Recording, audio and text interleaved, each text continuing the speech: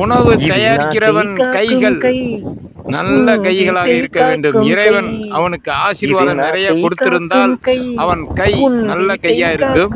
அந்த உணவு தயாரிக்கிற உணவு அமிர்தமாக இருக்கும்.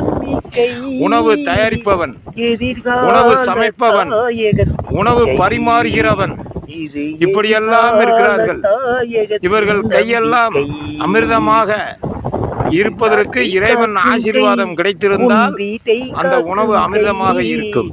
அந்த உணவு பரிமாறும் போது அதை உண்ணுபவர்கள் அமிர்தமாக கிடைக்கப் பெறுவார்கள். அந்த பரிமாறின கைக்கு நன்றி கூறுவார்கள். அந்த உணவை தயாரித்தவர்களுக்கு நன்றி கூறுவார்கள். அந்த உணவை சமைத்தவர்களுக்கு நன்றி கூறுவார்கள். இதெல்லாம் இறைவனுடைய ஆசி வேண்டும். அந்த நல்ல கைகளுக்கு கிடைக்கக்கூடிய ஆசி நாட்டின்